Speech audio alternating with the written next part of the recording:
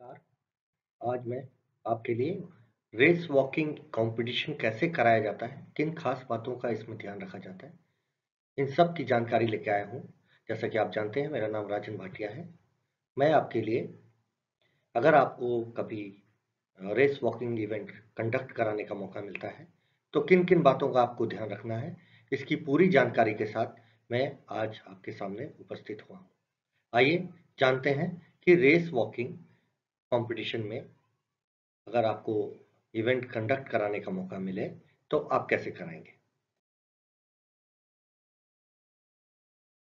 जैसा कि आप जानते हैं कि रेस वॉकिंग जो इवेंट है वो आप ट्रैक में भी करा सकते हैं और आउट ऑफ स्टेडियम रोड में भी करा सकते हैं।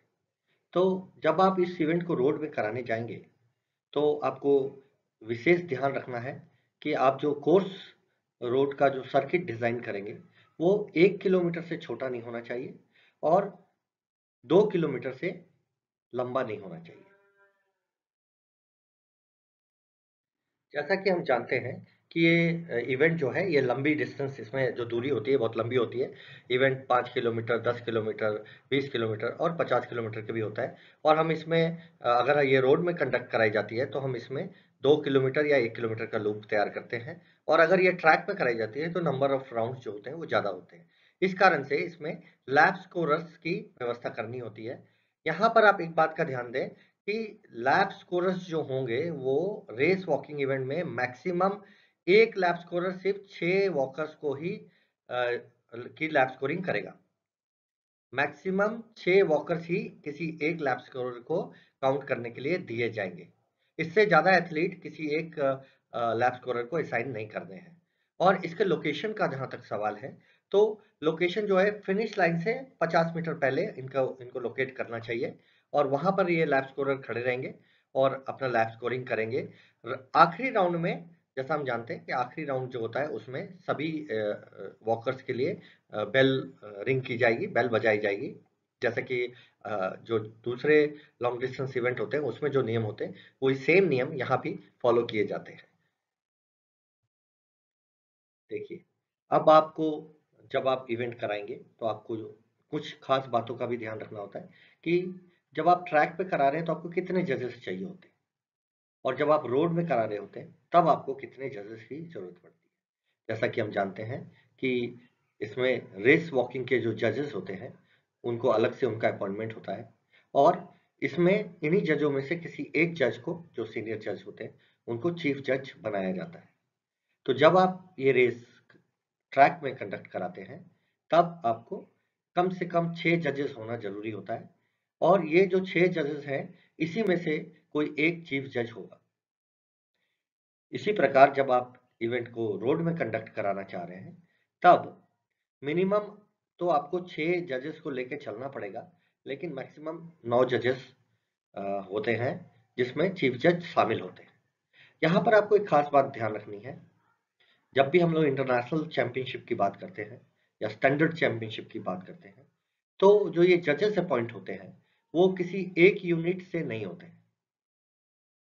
आपको ध्यान रखना है कि अलग अलग यूनिट से ही जजेस अपॉइंट करें ताकि किसी भी तरह का कोई बायसनेस या किसी भी तरह की कोई बेईमानी कोई ना कर सके। जैसा कि हम जानते हैं कि किसी भी रेस में, रेस वॉकिंग इवेंट में हम जजेस असाइन करते हैं तो हर एक जज को उसकी पोजीशन असाइन की जाती है। जैसे कि जज नंबर 1, जज नंबर 2, जज नंबर 3, जज नंबर 4 और जज नंबर 5। इस तरह से उनको नंबर दिया जाता है कि आप जज नंबर 1 हैं, आप 2 हैं, आप 3 हैं। जब उसको ये नंबर दिया जाता है उसी के साथ उसको उसका लोकेशन भी दिया जाता है कि इस पर्टिकुलर एरिया में, इस खास जगह पे आप जजिंग करेंगे और उस जज को उस ही जगह पे ही जजिंग करने का असाइनमेंट होता है। वो दूसरे के प्लेस पे जाके जजिंग नहीं कर सकता है। तो आपको एज ए रेस वॉक जज आपको अपने ही एरिया में रहना है और वहाँ जब एथलीट वहाँ से वॉक करता हुआ निकलेगा तभी उसको जज करना होता है। आप अपनी जगह नहीं छोड़ सकते, आप दूसरे की जगह में जाके भी जजमेंट नहीं कर सकते हैं। एक बार आपके एरिया से एथलीट चला गया तो आपको इंतजार करना है कि दोबारा जब एथलीट आपके एरिया में आए तभी उनको जज करना है।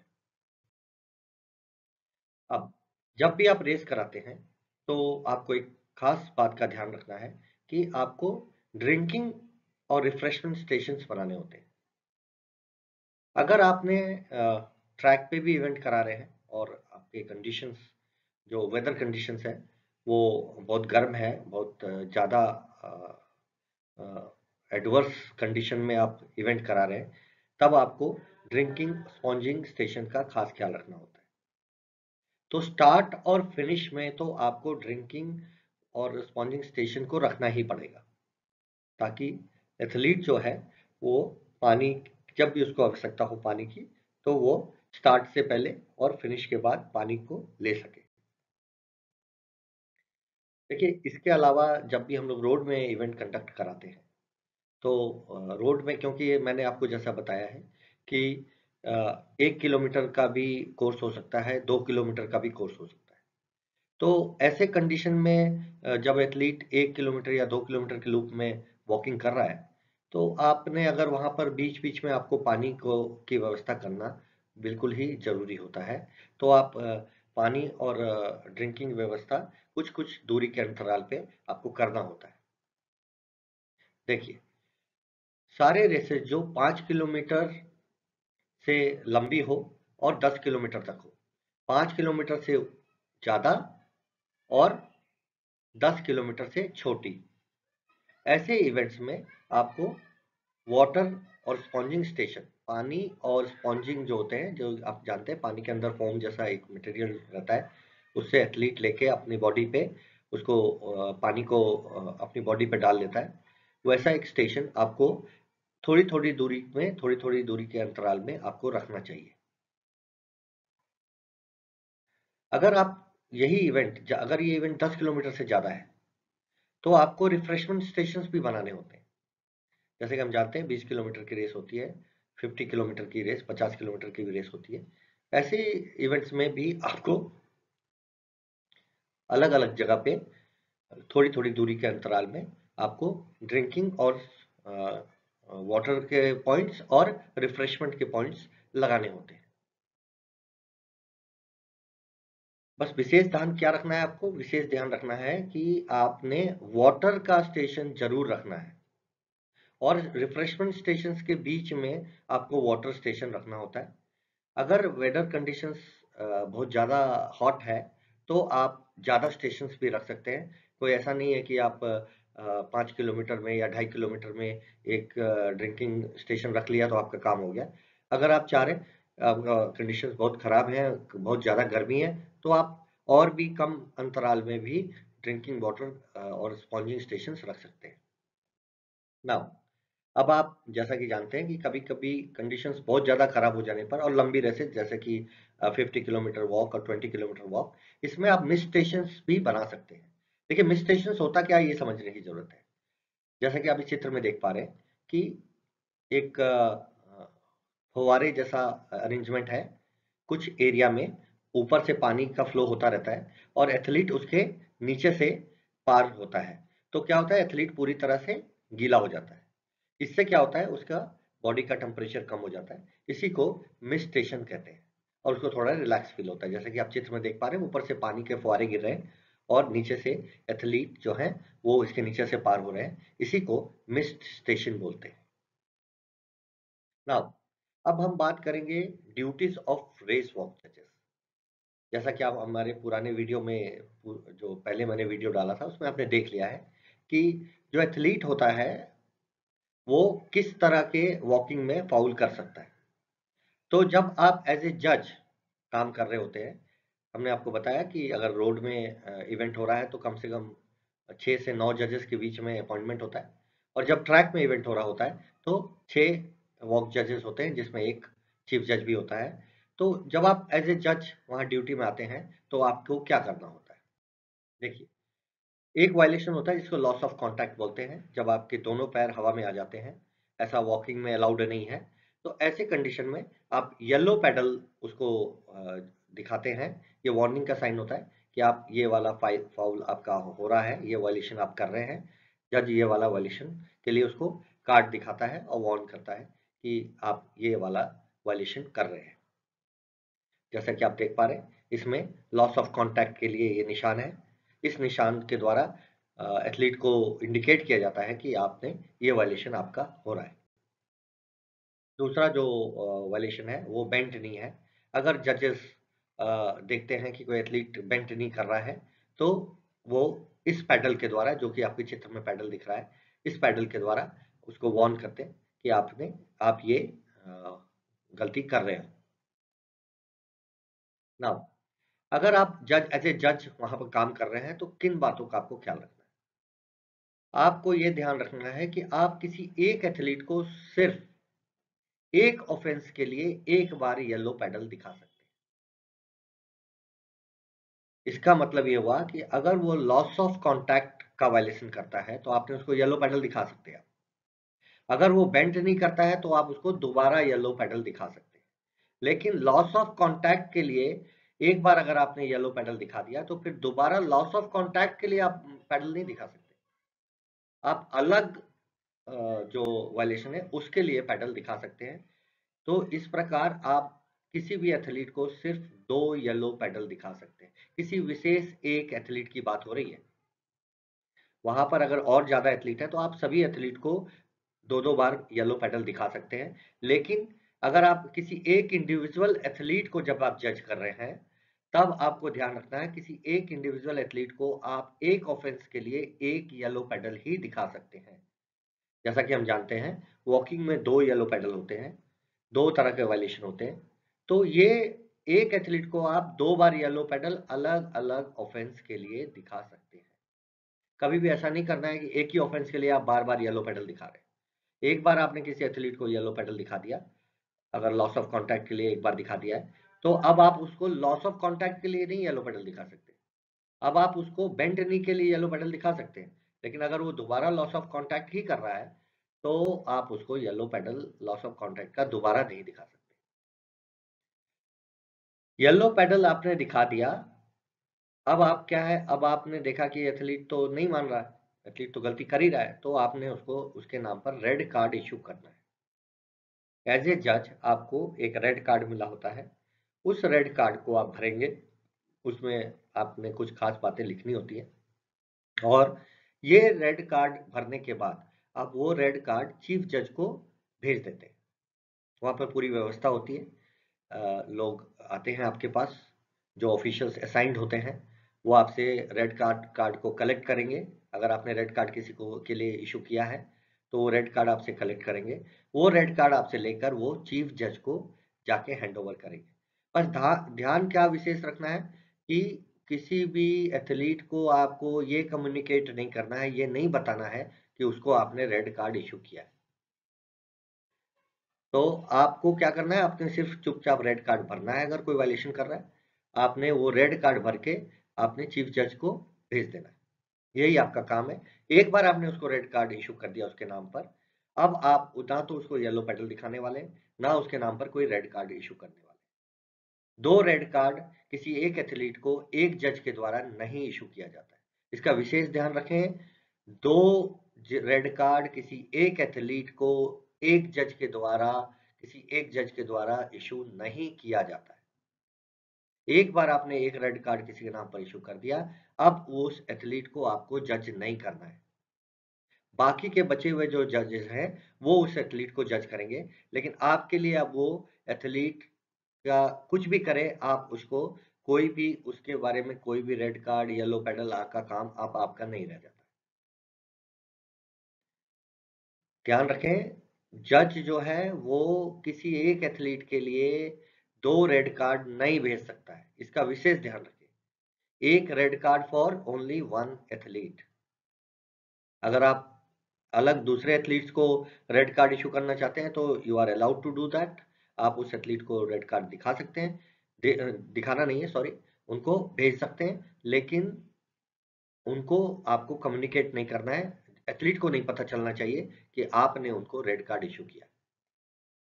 देखिए, एज ए जज आपको ये फॉर्म भरना होता है। एक आपको इस फॉर्मेट में आपको एक कार्ड मिला होता है। इसको रेस वॉकिंग जज कार्ड बोलते हैं। इस कार्ड में अगर आप ध्यान से देखें, तो पहला कॉलम जो है उसमें बिब नंबर लिखा हुआ है। तो वहां पर अगर कोई एथलीट आपके सामने वायलेशन करता है, तो आपने उसका विब नंबर लिखना है। अगर आपने उसको येलो पेडल दिखाया है तो आपको उसको येलो पेडल लिखना है। किस ऑफेंस के लिए आपने येलो पेडल दिखाया है वो लिखना है। और अगर आपने उसको रेड कार्ड इशू किया तो अपने उस फॉर्म में आप उसमें लिख देंगे हमने उसको रेड कार्ड भी इशू किया है और इस वायलेशन के लिए किया है।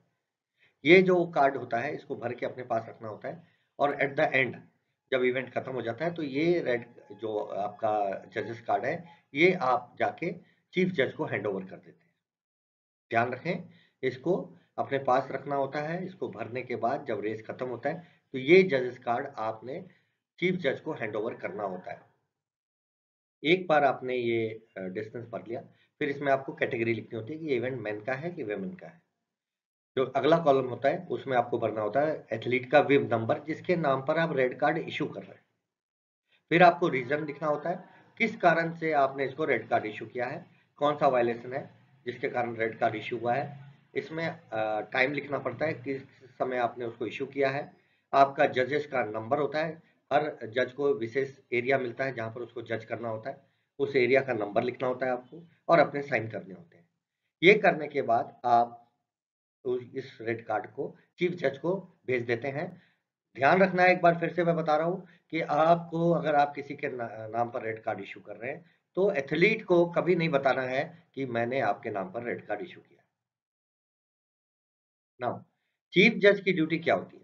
अगर आप चीफ जज के रूप में वहां काम कर रहे हैं तो आप एक सुपरवाइजिंग ऑफिशियल है।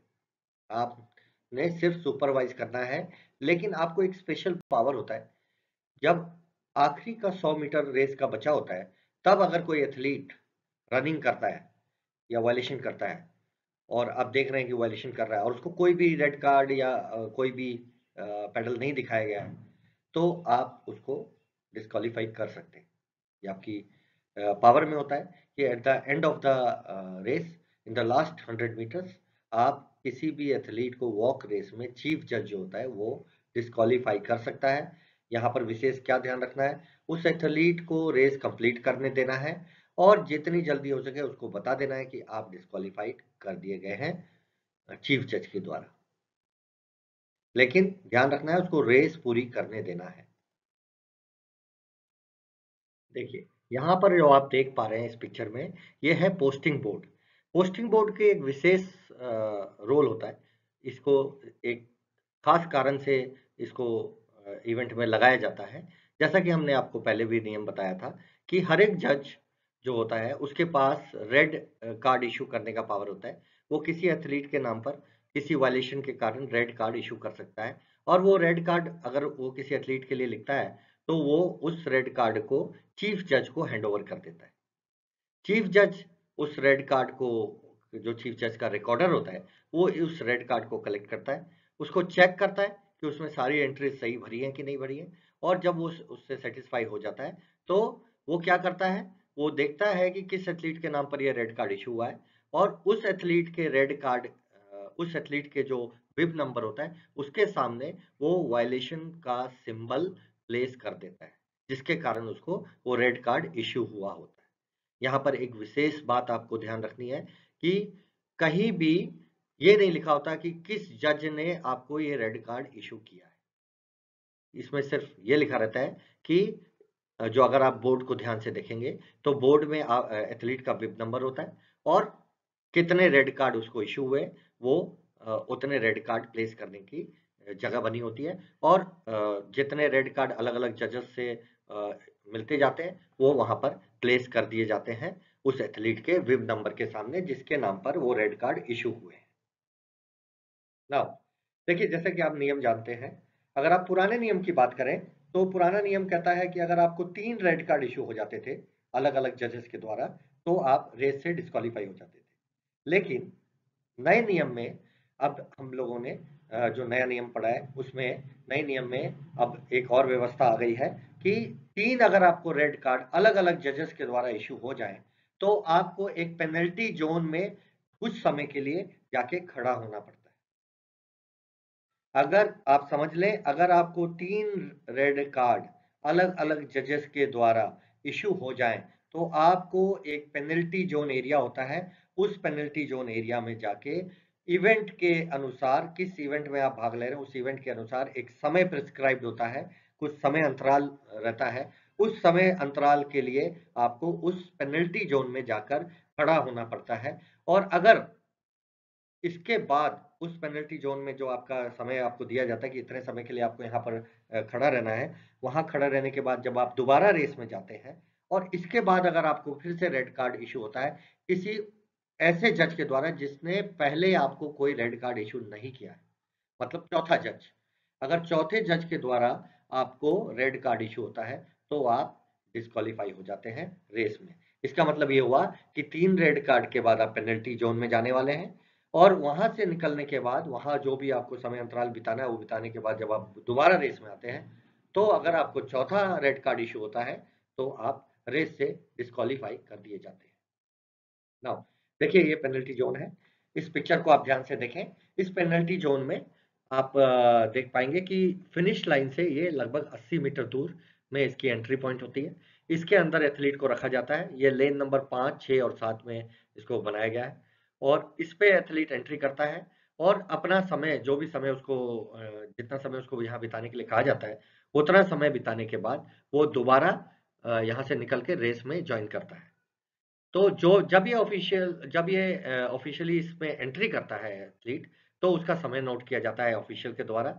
वहाँ पर रिकॉर्डर होते हैं जो टाइम नोट करते हैं और फिर जब उसका समय पूरा जाता है तब उसको बताते हैं कि आप जाएं अब दोबारा रेस को ज्वाइन करें।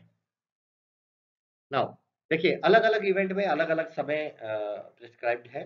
जैसा कि हम देख पा रहे हैं 5 किलोमीटर की रेस के लिए 30 सेकंड्स आपको वहाँ पर रहना होता है उस पेनल्टी जोन में। 10 किलोमीटर की रेस के लिए 1 मिनट, 20 किलोमीटर की रेस के लिए 2 मिनट, 30 किलोमीटर रेस के लिए 3 मिनट, 40 किलोमीटर रेस के लिए 4 मिनट और 50 किलोमीटर रेस के लिए 5 मिनट का समय निर्धारित किया गया है। इस समय अंतराल में अगर आपको 3 रेड कार्ड इश्यू हो जाते हैं तो इस समय को के लिए इतने समय के लिए आपको उस पेनल्टी जोन में जाके रुकना होता है और ये समय जब आपका पूरा हो जाता है तो आप दोबारा रेस में ज्वाइन करते हैं। देखिए यहाँ पर आप इस पिक्चर में अगर आप ध्यान से देखें तो आप देख पा रहे होंगे कि इस एथलीट को 3 रेड कार्ड इश्यू हो गए हैं तो इसको एक जज पैडल दिखा रहा है। इस पैडल में समय लिखा हुआ है कि इतने समय के लिए आपको पेनल्टी जोन में रहना पड़ेगा। आप ये बात का ध्यान दें, ये इवेंट चाहे ट्रैक में हो रहा हो, चाहे रोड में हो रहा हो, पेनल्टी जोन की व्यवस्था दोनों रेसेस के लिए होती है। तो इतने समय के लिए अब ये जो वॉकर है, वो जाके इस पेनल्टी जोन में रहेगा और जजेस इसका टाइम नोट कर लेंगे, इसकी एंट्री का, और जैसे ही समय पूरा होगा तो इसको जजेस कहेंगे कि आप जाइए और रीजॉइन करिए रेस को। देखिए एक बार अगर वॉकर रेस में पेनल्टी जोन में एंटर कर जाता है और अपना समय पूरा करता है तो फिर वापस वो जब रेस में जाता है तो अगर वो चौथा रेड कार्ड इश्यू होता है उसके नाम पर, यहाँ पर जो विशेष ध्यान रखने वाली बात यह है कि चौथा जो रेड कार्ड इश्यू होने वाला है वो किसी चौथे जज के द्वारा होना चाहिए। जिन्होंने पहले उसको रेड कार्ड इश्यू किया था 3 जजेस ने, उसके द्वारा नहीं होना चाहिए। तो चौथा जज जब उनको रेड कार्ड इशू करेगा तभी वो एथलीट रेस से बाहर होगा, अदरवाइज वो रेस में मना रहे। नाउ देखिए यहाँ पर आप देख रहे हैं कि चीफ जज इसको रेड पैडल दिखा रहा है। ये रेड पैडल हमेशा चीफ जज के पास ही होता है और चीफ जज इसे रेड पैडल दिखा के रेस से बाहर कर रहा है। तो इसके 2 कारण हो सकते हैं। पहला कारण तो ये हो सकता है कि इसको 4 रेड कार्ड इशू हो गए हों, इसलिए चीफ जज इसको रेड पैडल दिखा के इसको रेस से बाहर कर रहा है। और दूसरा कारण ये हो सकता है कि आखिरी के 100 मीटर में चीफ जज की अथॉरिटी होती है चीफ जज के पास कि वो अगर कोई रेस वायलेशन करता है तो चीफ जज उसको रेड पैडल दिखा के रेस से बाहर कर सकता है। लेकिन यहाँ पर बस ध्यान क्या रखना है, अगर आखिरी का 100 मीटर है तो एथलीट को रेस पूरी करना अलाउ करना चाहिए। अब उम्मीद है कि आप लोग रेस वॉकिंग को अच्छी तरह समझ गए होंगे और इसके सारे नियम आपको अच्छे से समझ में आ गए होंगे। इसके बारे में कोई भी आपकी क्वेरी हो तो आप मेरे चैट बॉक्स पे इस मैसेज डाल सकते हैं, मैं उसका रिप्लाई आपको करूँगा। किसी प्रकार की भी जानकारी आपको चाहिए तो you are free to ask any question. Thank you very much. Have a nice day.